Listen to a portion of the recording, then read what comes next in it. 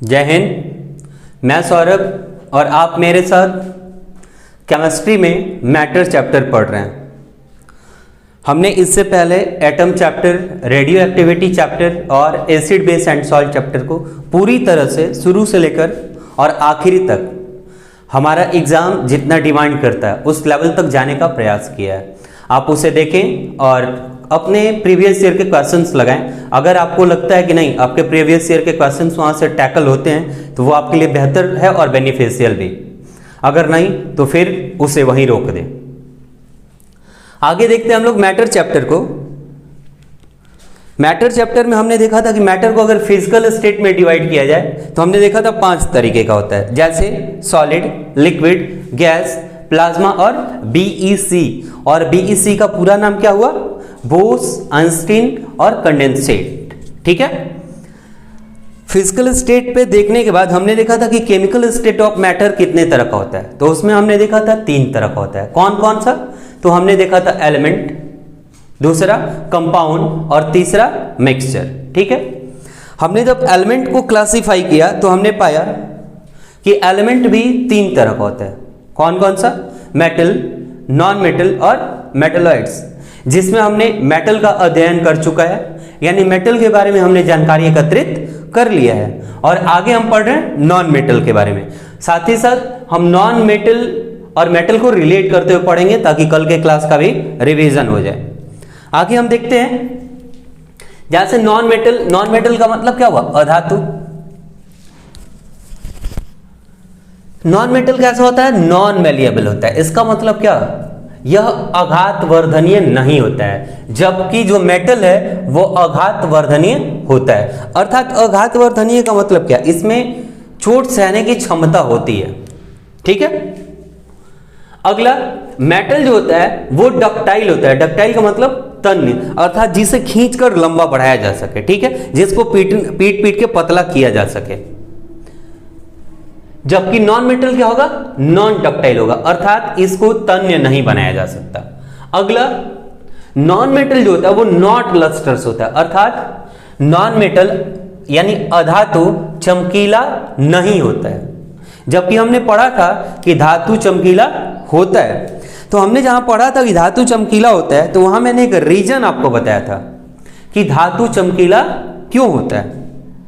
उम्मीद करते हैं कि आपने पिछला वीडियो देखा होगा और आप मुझे कमेंट करके बताएंगे कि ऐसी कौन सी प्रॉपर्टीज होती है जिसकी वजह से धातु अर्थात मेटल चमकीला होता है, जबकि नॉन मेटल अर्थात अधातु चमकीला नहीं होता है।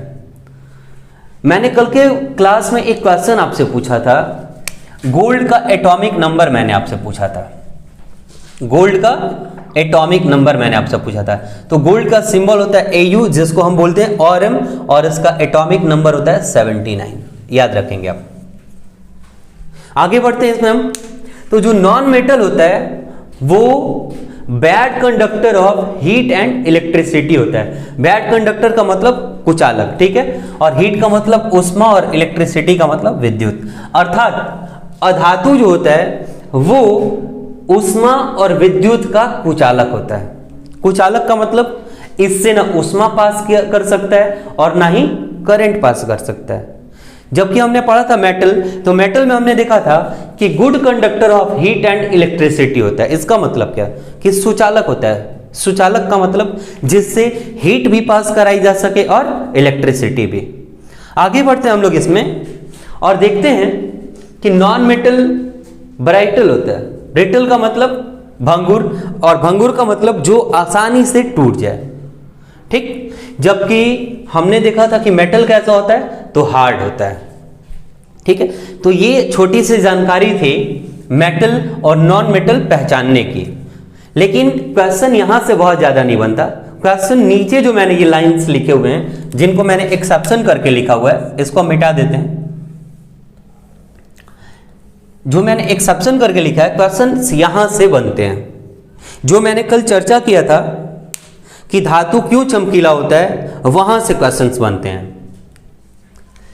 आप देखेंगे डायमंड। ठीक है। तो डायमंड क्या है? एक नॉन मेटल है, लेकिन नॉन मेटल होते हुए कैसा है? हार्ड है। तो नॉर्मली हम तो ये याद रखे हुए हैं कि जो नॉन मेटल होता है वो ब्रेटल होता है, अर्थात आसानी से टूट जाने वाला होता है, जबकि डायमंड एक नॉन मेटल भी है और नॉन मेटल होने के साथ साथ हार्ड है, यानी कठोर है। तो क्वेश्चन यहां से बना सकता है डायमंड है मेटल, नॉन मेटल, मेटलॉइड्स, ठीक। तो वहां पे जो इसकी प्रॉपर्टी जानते रहेंगे अच्छे से, वो तो ट्रिक करके निकल जाएंगे कि हाँ डायमंड जो है वो नॉन मेटल होते हुए भी हार्ड होता है, तो ये नॉन मेटल है। तो आप इसको ध्यान रखेंगे, क्वेश्चन उठाने का जगह जो होगा वो ये हो सकता है। अगला ग्रेफाइट। ग्रेफाइट क्या है? ग्रेफाइट नॉन मेटल है लेकिन गुड कंडक्टर ऑफ इलेक्ट्रिसिटी है, अर्थात विद्युत का सुचालक है। जबकि हमने क्या पढ़ा था कि जो नॉन मेटल होते हैं वो bad conductor of heat and electricity होते हैं, अर्थात उष्मा या विद्युत के कुचालक होते हैं। तो इसे भी आप याद रखेंगे। और ये क्वेश्चन तो अगर आप तैयारी कर रहे हैं तो मुझे लगता है बहुत बार मिला होगा आपको।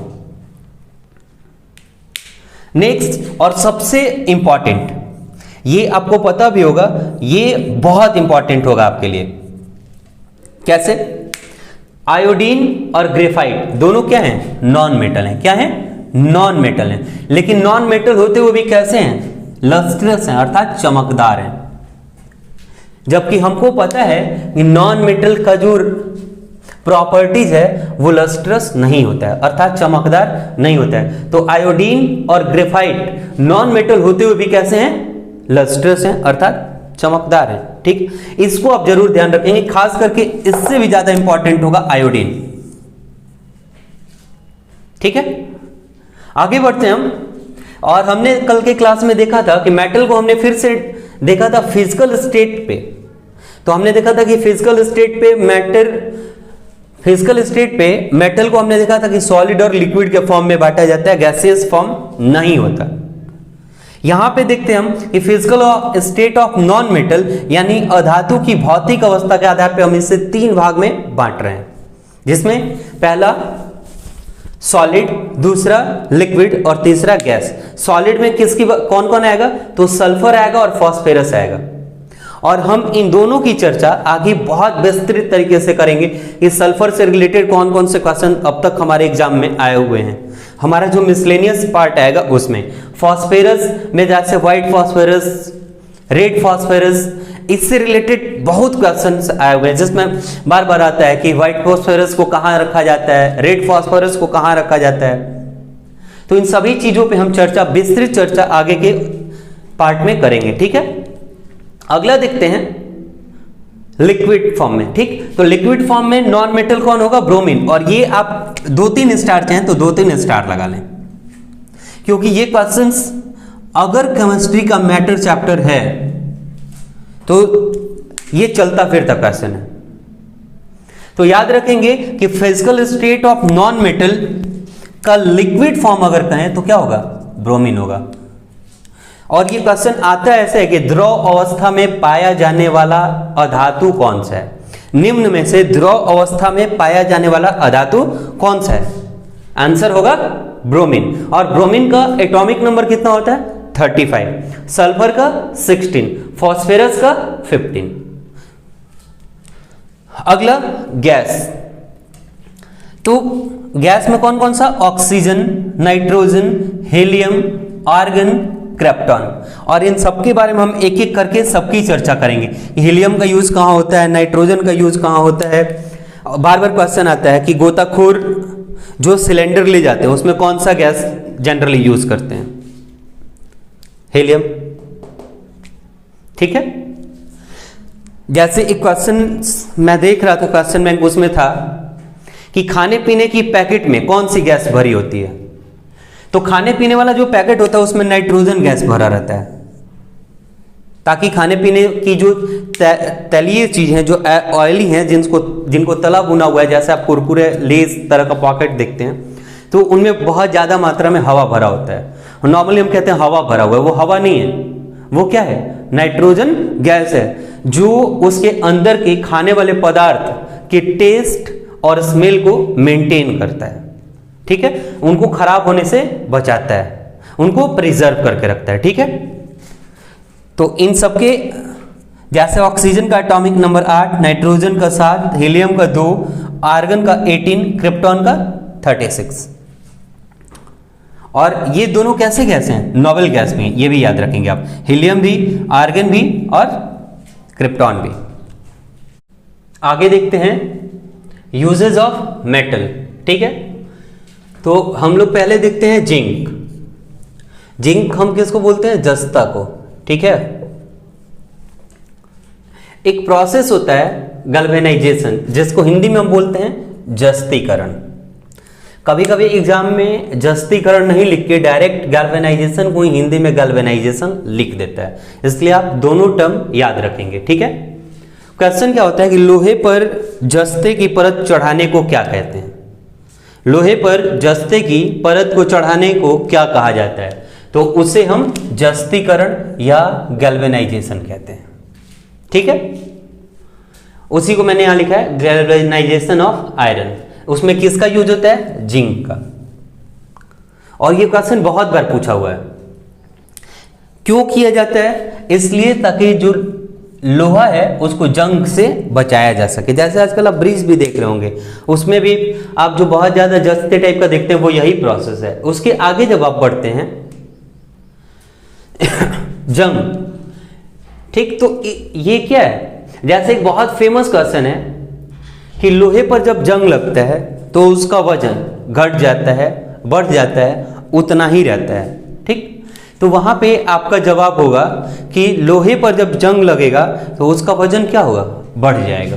ठीक है, यही वजह है कि जब हम कभी लोग सरिया वरिया खरीदने जाते हैं, रॉड, आयरन रॉड, ठीक है, तो हम बोलते हैं कि नहीं हमें जंग वाला नहीं चाहिए, क्योंकि एक तो वो कमजोर भी हो गया रहता है और दूसरा वजह रहता है कि उसके वजन ज्यादा हो जाते हैं।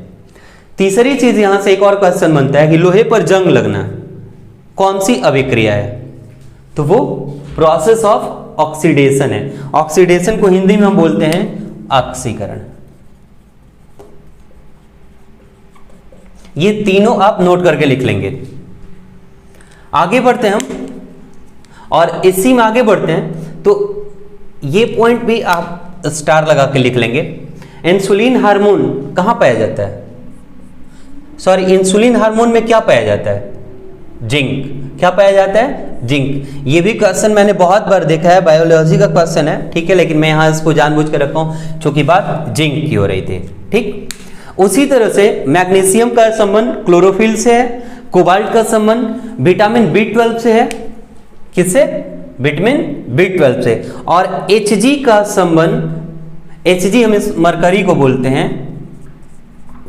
ठीक है, आप मुझे जैसे पिछले क्लास में आपने बताया था मुझे गोल्ड का एटॉमिक नंबर, आप मुझे Hg का एटॉमिक नंबर बताएंगे। Hg का आपके लिए कमेंट करेंगे आप, Hg का एटॉमिक नंबर क्या होगा? मैं आपके कमेंट का इंतजार करूंगा और वहीं पे मैं आपको रिप्लाई भी कर दूंगा। एक क्वेश्चन इससे बहुत फेमस बनता है, मिनीमाता बीमारी होने का कारण है। मिनीमाता रोग किससे होता है? तो मिनीमाता रोग होने का सबसे बड़ा कारण क्या है? Hg। ठीक है, जिसको हम हिंदी में मरकरी या फिर पारा भी कहते हैं। ठीक है, और उसी पारे का यूज कहां होता है? थर्मोमीटर में।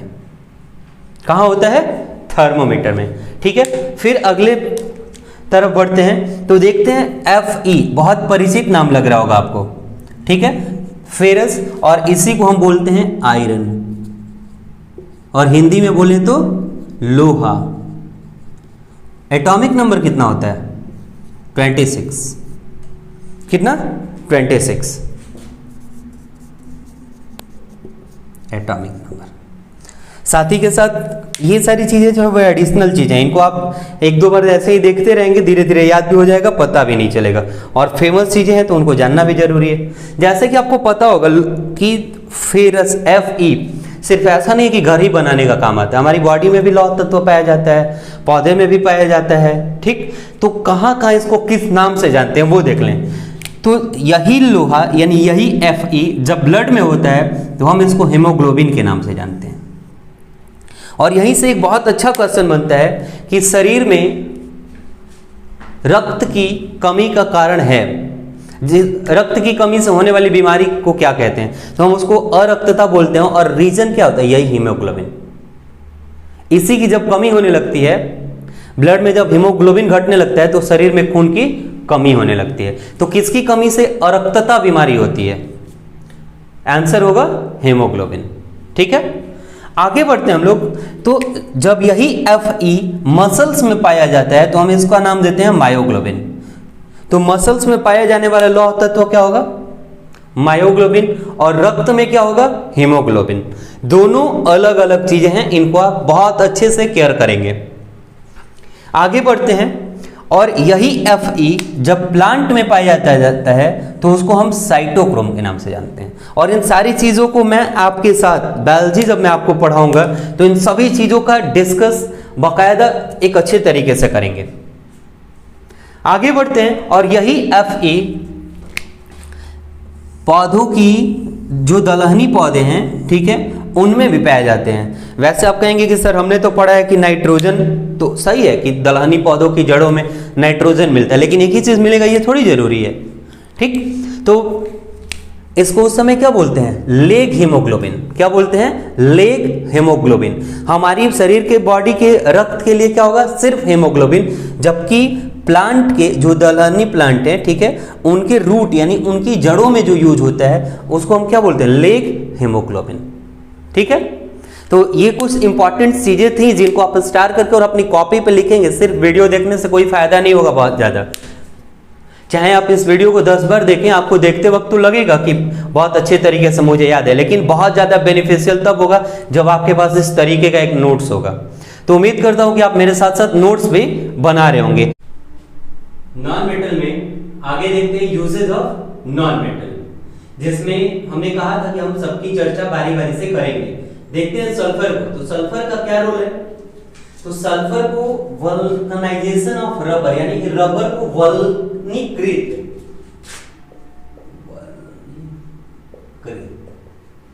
जिसका मतलब होता है गद्दीदार बनाना। ठीक है,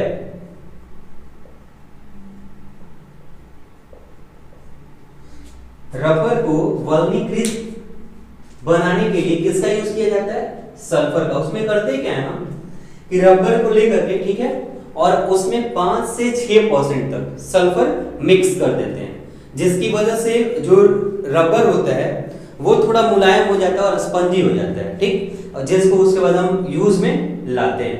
तो लगभग सल्फर कितना परसेंट यूज करते हैं? 5 से 6% सल्फर यूज करते हैं। क्वेश्चन यहां से नहीं बनेगा, ये आपके बेसिक नॉलेज के लिए सिर्फ चीज है, लेकिन हाँ यहां से बहुत बार क्वेश्चन बना हुआ है कि रबर को गद्दीदार बनाने के लिए या फिर रबर को वल्कनीकृत करने के लिए किसका प्रयोग किया जाता है? आंसर होगा आपका सल्फर।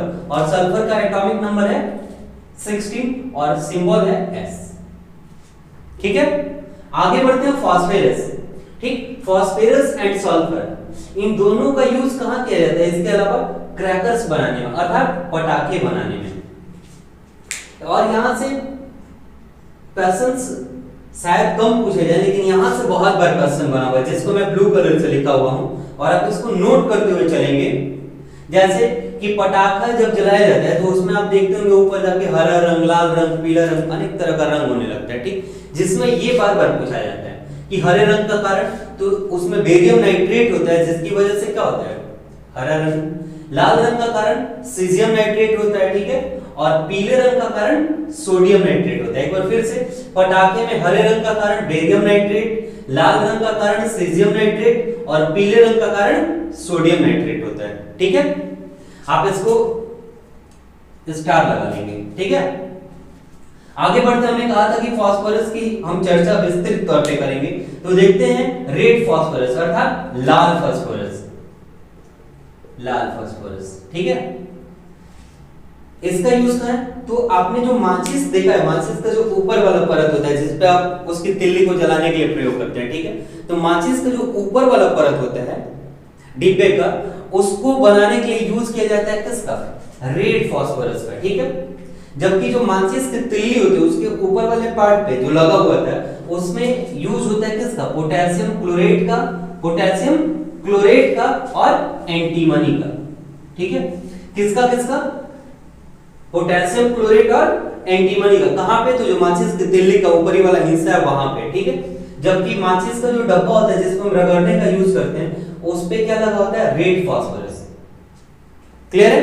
आगे बढ़ते हैं हम लोग व्हाइट फास्फोरस की तरफ, और बहुत फेमस क्वेश्चन बनता है यहां से। व्हाइट फास्फोरस सबसे पहला, सबसे अधिक अभिक्रियाशील अधातु यानी non metal, most reactive non metal कौन सा है? एक लाइन में जवाब होगा फास्फोरस, सॉरी व्हाइट फास्फोरस। क्या होगा? White phosphorus. सबसे अधिक अभिक्रियाशील अधातु व्हाइट फास्फोरस, ठीक है। और यहां से भी ज्यादा पेटेंट क्वेश्चन है, बहुत बार आया हुआ क्वेश्चन है, निम्नलिखित में से किसको जल में डुबा कर रखा जाता है? एक क्वेश्चन ये बनता है, और एक क्वेश्चन बनता है निम्नलिखित में से किसको केरोसिन तेल में डुबा कर रखा जाता है, ठीक है। तो यहां पर हम चर्चा करते हैं किसको जल में डुबा कर रखा जाता है और क्यों।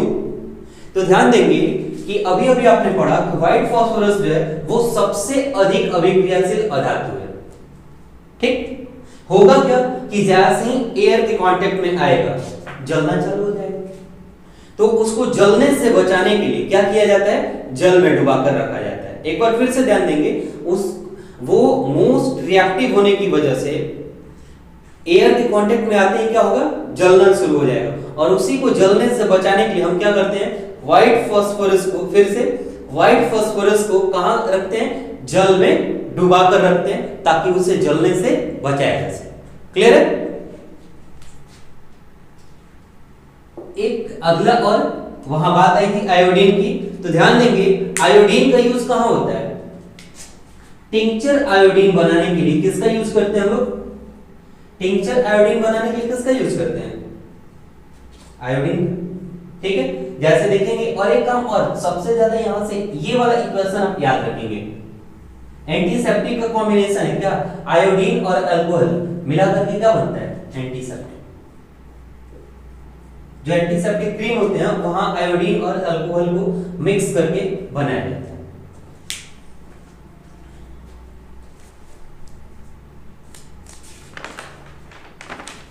एक चीज और आप ध्यान देंगे कि व्हाइट फास्फोरस जो है वो कैसा होता है? तो white phosphorus most reactive non metal है, ठीक है। और व्हाइट फास्फोरस पे जब आप हीट प्रोड्यूस करते हैं, यही मैं मिटा करके लिखता हूं, ठीक है, इसको हटा देते हैं,